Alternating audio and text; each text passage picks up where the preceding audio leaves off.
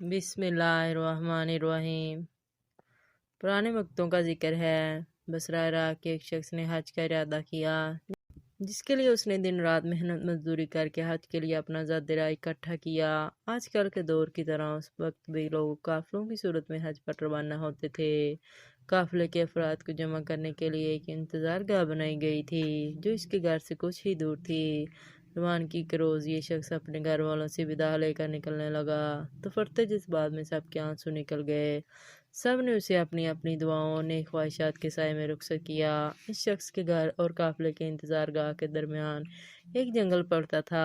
یہ شخص تیز تیز قدم اٹھاتا جا رہا تھا کہ جنگل سے کچھ پہلے ایک گھر سے اچانک کسی خاتون اور بچوں کے رونے کی آواز نے اسے چونکا دیا۔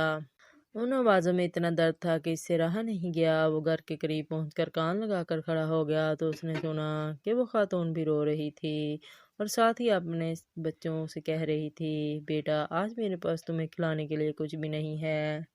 جو کچھ تھا وہ کل رات کو ہی ختم ہو گیا تھا اور بچے بھوک اور پیاس کی شدت سے مسلسل بلک بلک کے رو رہے تھے۔ ایک طرف قافلے والے اس کا انتظار کر رہے تھے اور دوسری طرف ایک بھوکا خاندان کسی غیبی مدد کا منتظر تھا۔ یہ شخص شکنج میں مبتلا ہو گیا۔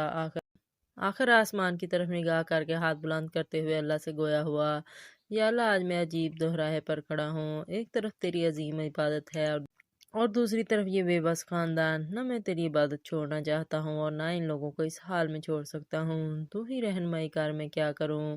اور اگلے ہی لمحے شخص نے اس گھر کا دروازہ کھٹکھٹایا۔ خاتون نے دروازہ کھولا تو یہ شخص بولا، بی بی میں نہیں جانتا کہ تم لوگ کون ہو۔ میں بس ادھر سے گزر رہا تھا کہ تمہاری رونے کی آواز نے مجھے رکنے پر مجبور کر دیا۔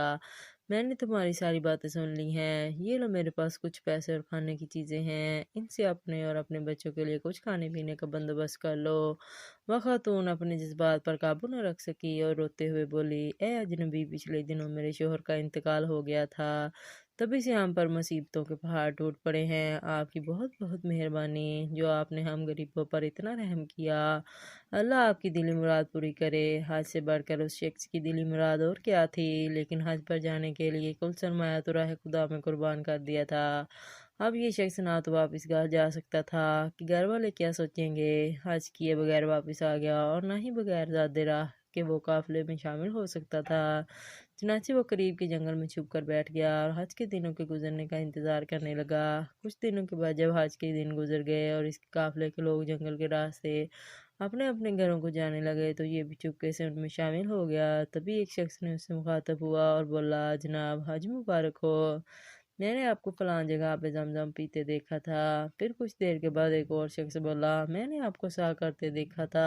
ایک اور شخص بولا، میں نے آپ کو طواف کرتے دیکھا تھا۔ غرض کہ ہر حاجی اس کی حج کے موقع پر موجودگی کی دلیل دینے لگا۔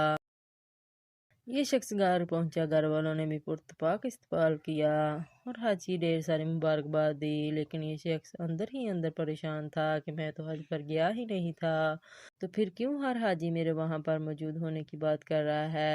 ظاہر سی بات ہے حج سے واپسی پر کوئی حاجی جھوٹ تو نہیں بولے گا، لیکن ماجرا کیا ہے یہ سمجھ سے باہر ہے۔ انہی سوچوں میں گھومتے گھومتے اسے نیند آ گئی اور وہ سو گیا۔ عالم خواب میں اسے بشارت ملی کہ اے نیک دل انسان، تم نے حج جیسی عظیم عبادت کو چھوڑ کر مخلوق خدا کی مدد کی۔ اس کے بدلے میں اللہ تعالیٰ نے بالکل تمہاری شکل کے ایک فرشتے کو خلق کیا اور اسے تمہاری نیابت میں حج پر بھیجا۔ اور یہی نہیں بلکہ اس فرشتے کے حج کا سارا ثواب بھی تجھے ہی ملے گا، اور اسی لیے ہر حاجی تمہاری وہاں پر موجودگی کی دلیل دے رہا ہے۔ سبحان اللہ۔